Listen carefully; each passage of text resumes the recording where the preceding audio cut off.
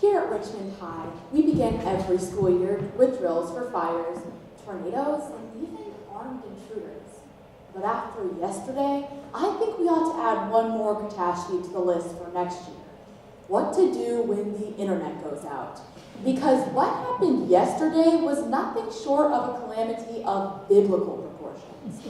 Within 5 minutes, Aiden was curled in a ball in the corner crying. Izzy was letting paper on fire, trying to stay warm.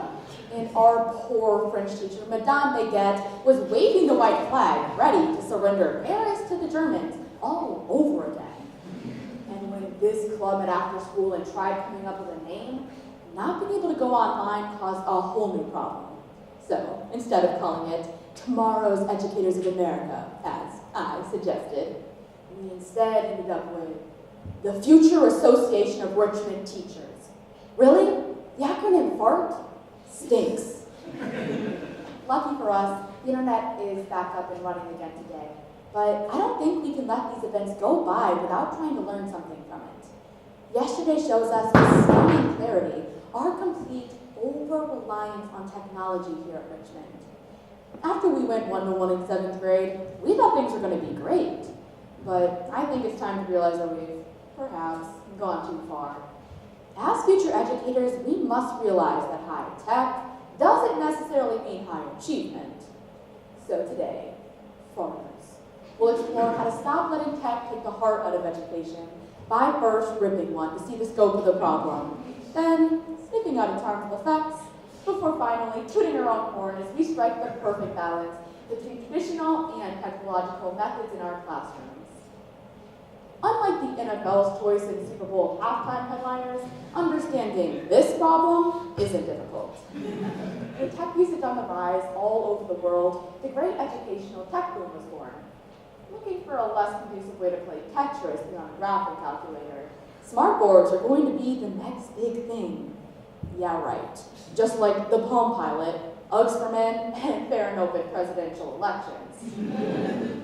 According to a 2016 Girl Focus article, a total of $16 billion was spent on smartboards. And now, just a few years later, we find that they're becoming increasingly obsolete.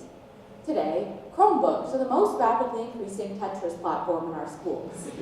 According to a 2017 TechCrunch article, this technology has taken over 80% of US classrooms, impacting nearly 70 million students at an average cost of $300 per Chromebook.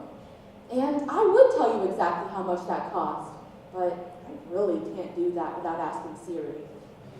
Chromebooks are making traditional teaching methods look downright antiquated. In fact, my teacher pulled out a piece of chalk the other day, and the kids all gathered around, wanting to touch it and asking how it worked. Behold, the talcum stick of wonder.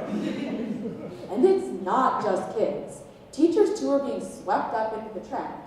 Many educators are turning to online lesson plans such as Curriki, Share My Lesson, and TeacherTube instead of creating their own. They are literally plagiarizing their lessons on plagiarism. According to a 2017 Business Insider article, 47% of teachers are now pulling at least some of their lesson plans directly off online sources. Back in 2012, when anyone actually gave a rip about Maroon 5, that figure was just 10%. It's obvious the world is changing, and educators have understandably wanted to keep up with those trends. Unfortunately, we've allowed technology to move from the supporting cast to a leading role, like Steve Buscemi. The first negative effect of this movement is the deterioration of our problem-solving skills. And the fact that most of you right now just instinctively reach for your phones to Google how to think really just exemplifies the problem. According to a 2017 article in the Washington Post, which is apparently an actual newspaper and not just a website. Who knew? Well, according to this newspaper, quick access to material can lead to a lack of critical thinking. Case in point, the best slogan we were able to come up with for this club was NIX. Onward, upward, awkward. Kill me now. But it's not just higher order thinking skills that we're losing. We also struggle with basic tasks involving memorization and retention. Professor Naomi Barron performed a 2016 study in which one set of students read a story in print and another read the same story online. Barron found that in terms of her students' rhetorical analysis and critical thinking skills, the print yielded far better results, with only marginally more paper cuts. Most importantly though, EdTech is making it harder for students and teachers to communicate and forge the relationships that foster a genuine love of learning. In a 2016 article from The Guardian, teacher Pamela Wright argues, education is about the trust and bond between a teacher and a student that creates the environment where learning can occur and grow. Great teachers influence learning.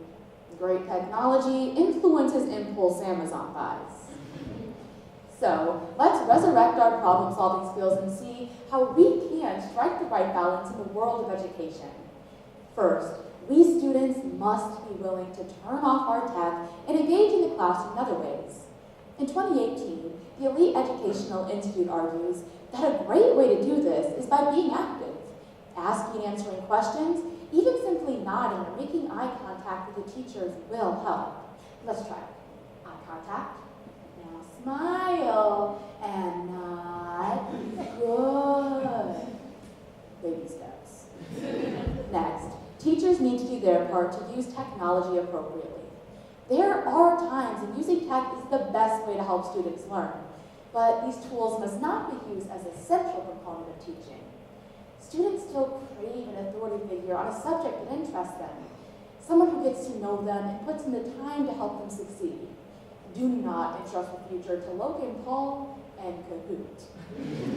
And finally, we all need to remember that while EdTech should continue to be incorporated within our schools, it must be used in tandem with traditional teaching methods.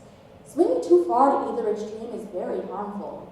We all need to remember that the key to learning is personal interaction. Both students and teachers must be willing to explore, engage, and think critically in order for true learning to occur. If this can be done with tech, great. But if not, we must be willing to resort to other options. We just need to be sure the tail isn't wagging the dog. Even though the YouTube video where the tail wags the dog is hilarious. Somehow, humans managed to live for thousands of years without the internet. Here at Richmond, we barely made it 10 minutes. So if we want to survive our next outage, and maybe even improve as students and future educators in the process, we need to learn to use EdTech appropriately. Today, we've examined the scope of the problem, analyzed its harmful effects, before finally seeing how to strike the right balance in our educational systems. And if we can do this, and just maybe, forwards, instead of being the generation who simply smelt this problem, we could be the one who finally dealt with it.